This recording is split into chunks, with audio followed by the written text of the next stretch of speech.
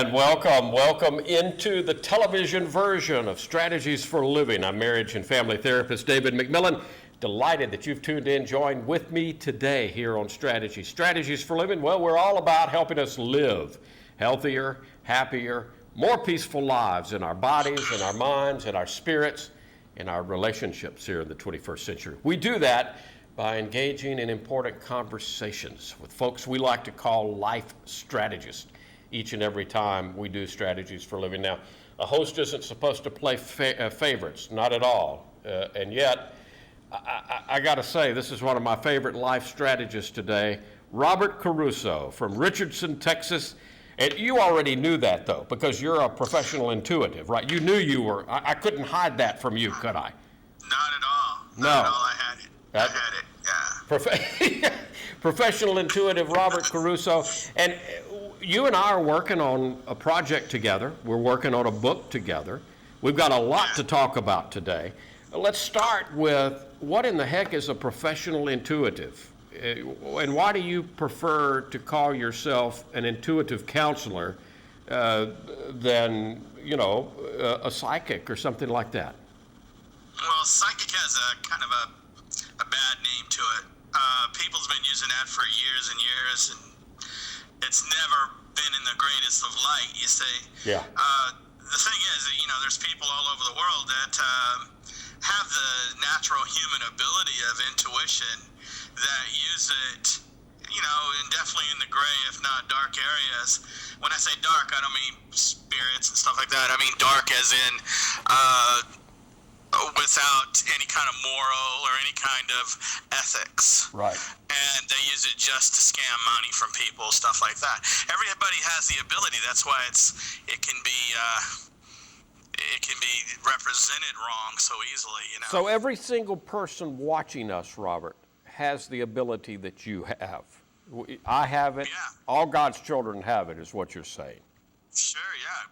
Someone like me is not special. We just happen to, in my case, I just haven't been using it for the last 25, 30 years. Yeah, but you use it so accurately and so good. Sometimes you just astound me.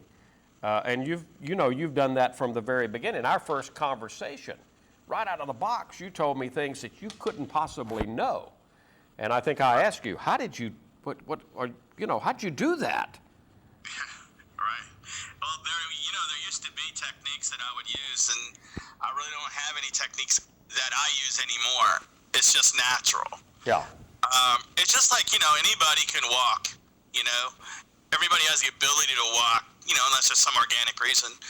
But it's when they start, expanding on that ability that they become an Olympic runner or whatever. Athlete at some point, with this. Yeah, like, anybody can do karaoke, but not everybody can do what you're doing.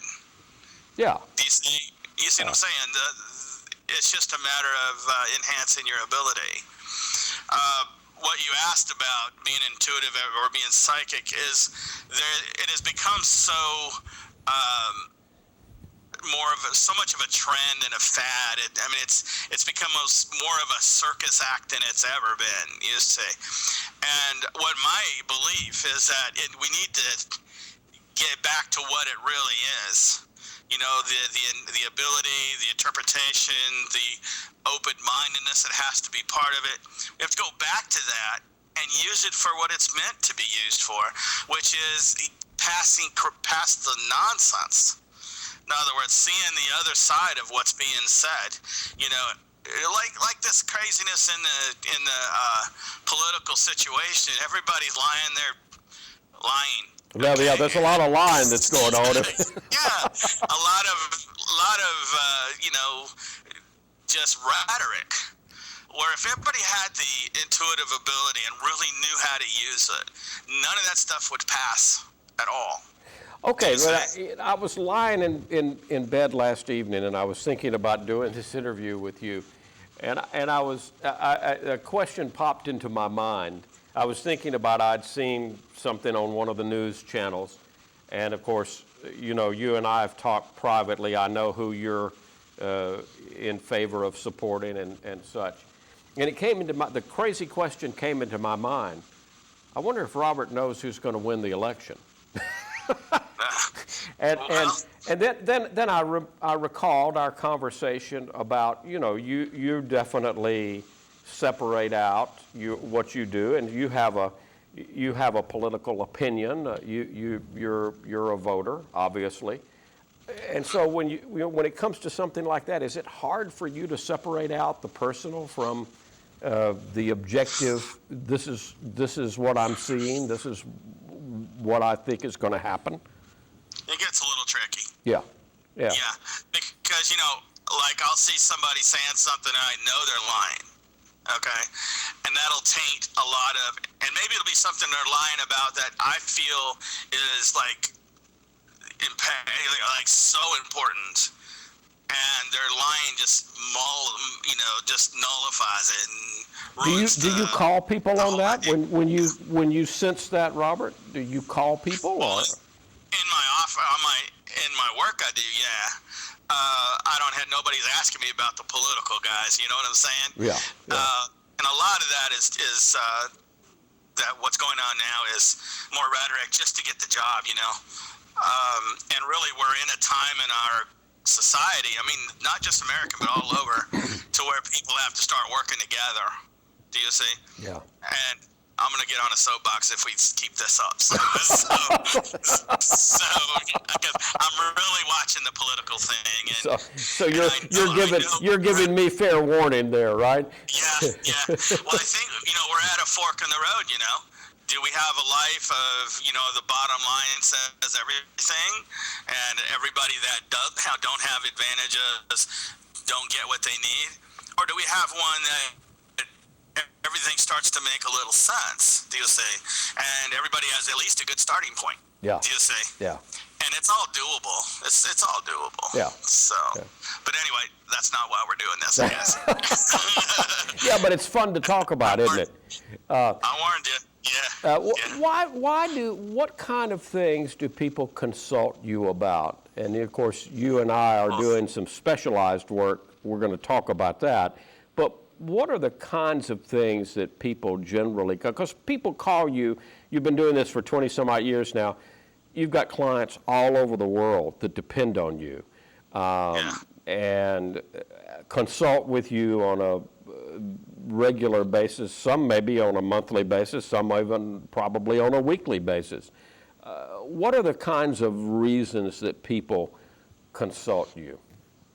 Well, it's changed a lot the longer I've been in and with my reputation.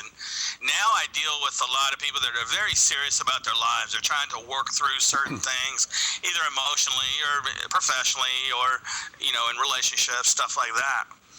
Man, in the beginning, I used to get the range is huge, okay? Like, I have had somebody that I would predict whether they had cancer or not. And Really?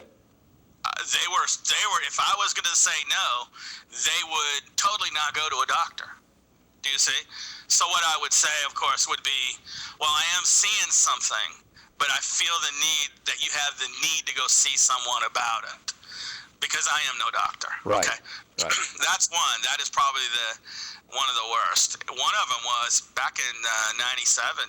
There was a lady called me because her daughter was murdered, and I found out that there was drugs put in her drink that she was either allergic to or had a bad reaction. It killed her.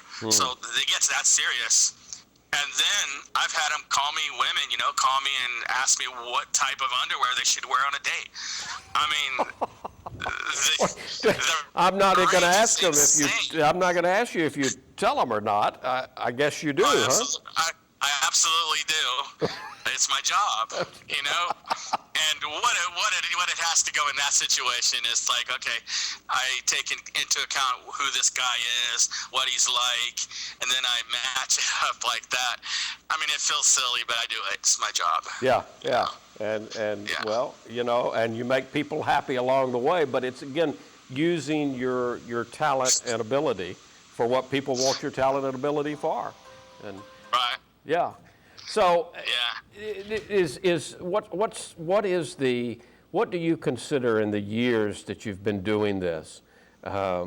the most important case that you've worked with? Well, that one I told you about, the daughter with the that was murdered, that was huge. But I've helped people walk through divorces to where the spouse was really going to hammer them financially. I've walked them through that. Done a lot of that kind of stuff. I've had some where they were really going to kill themselves if they didn't get some sort of answer. It gets pretty intense, yeah. Yeah. And that's when this has to not be a game. You see, it's not a game to me anyway. But that's why, when the people that are playing the game, they could hurt somebody. Right. You see? Yeah. Do you know ahead? Do you have a sense ahead of time when you're talking to somebody and you tune in? Do you have a sense of this is a very serious matter?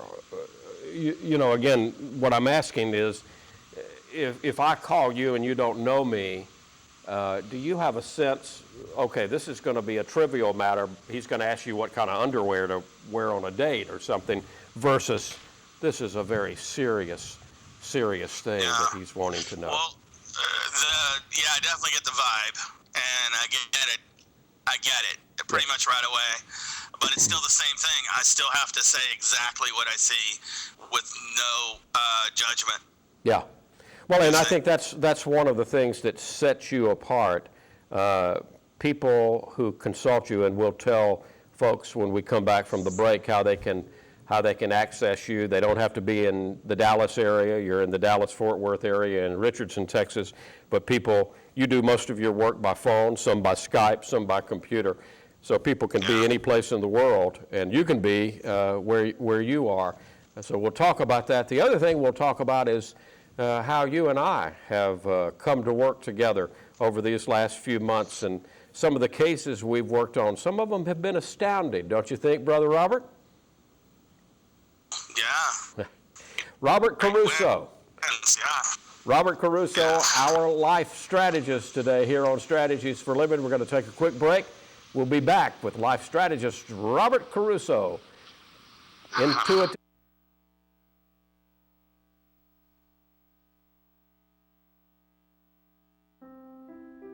My relationship with music started when I was about 6 years old. What happened was I just went to the piano and I started playing For Elise by memory. They had a career day and a musician came to the class and he did a little demonstration, played saxophone, and I thought, oh my gosh, that's what I want to do the rest of my life. Wound up being a music educator, and it's been my life for the past, I can't even count how many years. In high school, I wanted to be a professional trumpet player, and it turned out music education was really where I needed to be. And for all these years, that's where all the time and the effort has taken place. What I get out of music, it's like an expression of the soul, and I hate to sound sappy, but it is. It's like anything that you feel, you can convey it without words. It takes me to a place where my words don't know how to get me, if that makes any sense. When I don't know how to put my emotions into words, there's almost always a song out there that can do it for me.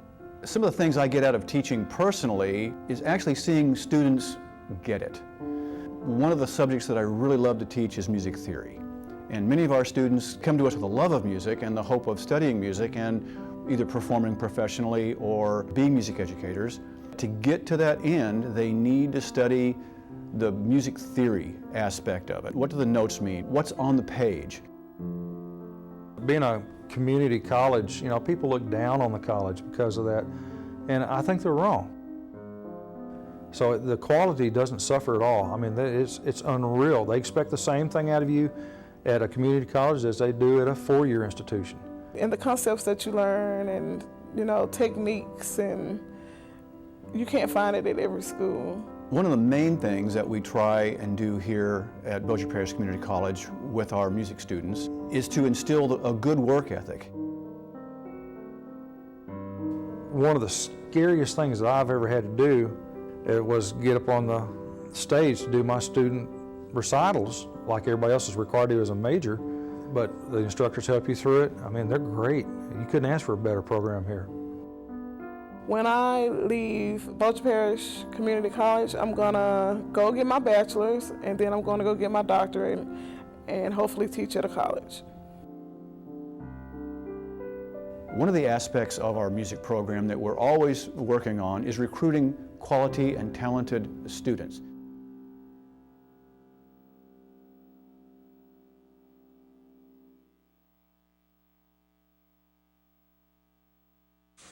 And welcome back into Strategies for Living, the television version. You're obviously watching us today here on Strategies for Living, but don't forget you can listen to us. News Radio 710 Keel, 9:05 to 10 every Sunday morning. We started on News Radio 710 Keel 24 years ago, and we're still there. Still there.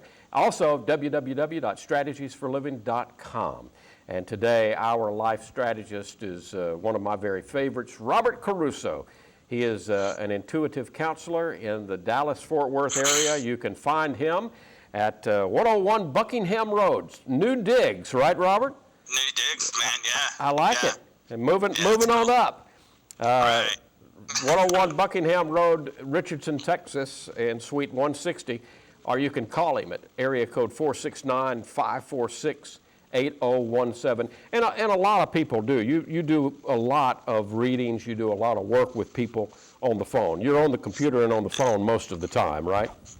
Yeah, I would say 70-80% over the phone or computer, whatever. A lot of people don't want to get out of their house. You know what I'm saying? They'd rather do it like that. And plus, so many of them from other countries and other states that they're not going to be here. So. You and I hit on something, and we're actually working on a little project. We're writing a book to tell people about this. You and myself and another life strategist, Dan Baldwin, are working on a book.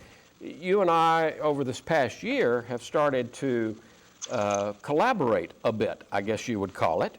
And you come into some of my sessions via phone. And what's that been like for you? Oh, it's been great. It's been great. One of the things that I've always had a problem with my, I guess, industry, you call it, is that there's, as I mentioned before, there's so much nonsense. And although, everybody's questions are important to them, and I see that and I agree with that, but when you deal with people who are really stalled because of the problems they're going through, that's huge, man. To be able to break somebody out of that situation is amazing. Yeah. Just amazing. Yeah. And it shows that the work that I do is far removed from the carnival act. Do you see? Absolutely. And it shows that it can be used to do some amazing work with folks, and there are people, as you know, that are therapists to say they do intuitive therapy, and they probably do, but this is different, and the difference is you have your part, I have mine, and if one of us was doing both, it wouldn't be as effective. Do you see? Yeah. In this case, I could see stuff that you might not have seen, and be able to open a window for you to be able to really help them. There's in the cases, in the clients that we've worked together so far, again, it's been astounding to me, the things that you're able to tune into, that at times even the client doesn't consciously know. Now, having said that, many times when you say it, the client will say, well, yeah, that's right on target. Or at times you have seen something that was going to be. In fact, there was one case we were working on, and this fella had a lot of trauma in his life in the last couple of years. That's why he was seeing me. Definitely a case of post-traumatic stress disorder. and he had a particular thing that he was really worried about. And you told him right away, don't worry about that. That's not going to be a problem.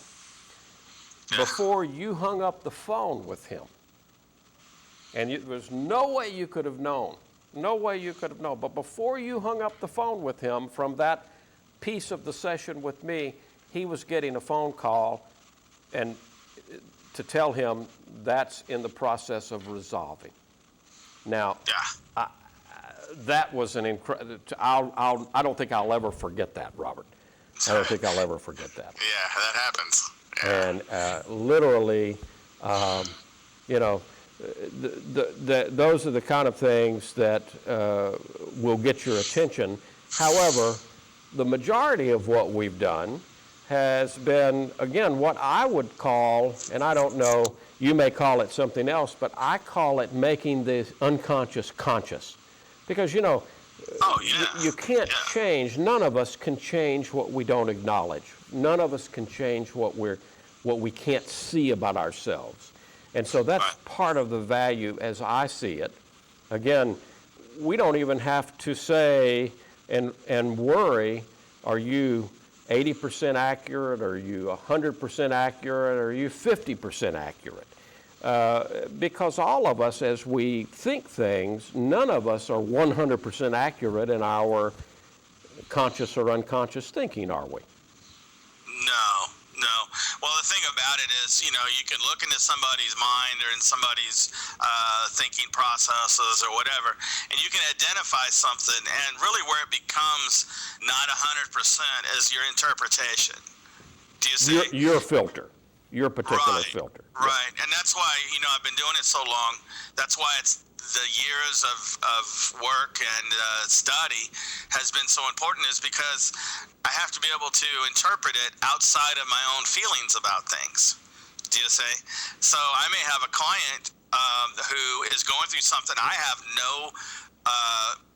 I couldn't even fathom what they're going through. You have no background for that. Right. So I have to be able to interpret it outside of my own arsenal of thoughts. Yeah, you don't worry what kind of underwear you wear on your next date, do you? Not at all. Right? Not at all. Neither do the person I'm with. But that's the whole thing, is when I say something to somebody, whether it's 100% accurate is a matter of thought, a matter of interpretation. Like I'll tell somebody, okay, well, this dark-haired woman, 5'5", overweight, wears this black outfit. I can give them so much detail. I mean, down to the mole on their left thigh, and the person will hear it with their own filters and with who they know already, right. And they make it completely off the edge on it. Right, because it may be somebody that they don't know at this point. Right. Right, and generally, a lot of times that does work that way, is they're going after this one person because they think that's what I said, but ultimately, if they had referred back, I could tell them whether it is or not. But generally, it's somebody they don't even know yet. Do you see? And so the idea is that has to be factored in as their own interpretation of what I interpreted. Do you see? Right. But in the situation like with what we're doing, since you're there, you can interpret it from an objective point of view. Right. Where they'll be interpreting what I said however they interpret it. Do you see? Right. And you'll be able to go, okay, wait a minute, this kind of fits with what you're doing here. Absolutely. That's happened time after time after time, and case after case after case that we've worked with. And that's what it's all about. If they were in the office, I would do that prediction. They would leave with that in their mind, and it may touch on what's really going on, but they don't necessarily want to go there. Right. Not subconsciously don't want to go there. But if somebody's standing there and says, wait a minute, this is what it is. Let's go there. Then And then we can do that session after session after session, because a lot of times the clients are repeat with me. Okay, Robert, so if people want to touch base with you, how do they get a hold of you online? Do you have a website? Yeah, it's robertcarusoonline.com, and then of course I have that. And then your Facebook Yeah. page. You're also on Facebook. Yeah, I got that on there too. Yeah. Okay. Facebook, Twitter, all those guys. All right. Yeah. And if you want to call Robert, you make an appointment by phone, you work by phone, area code 469-546-8017. And all right, Robert Caruso, thank you so much for the work that you do. Thank you for taking time out of, I know your busy day, you're getting your new office, your new digs in place, and lots of folks scheduled on top of that. So thank you for taking time out of your busy day to, again, be a life strategist for us here on Strategies for Living. No problem. Anytime. Folks, thank you for tuning into Strategies for Living. If you enjoyed our conversation with Robert Caruso, well, know we do conversations like this each and every time we do Strategies for Living. So come back and join us. Don't forget to tune us in on the radio, News Radio 710 Keel, every Sunday morning between 9:05 and 10. And until next time, for Robert Caruso, I'm marriage and family therapist David McMillan. We'll see you again here on Strategies for Living.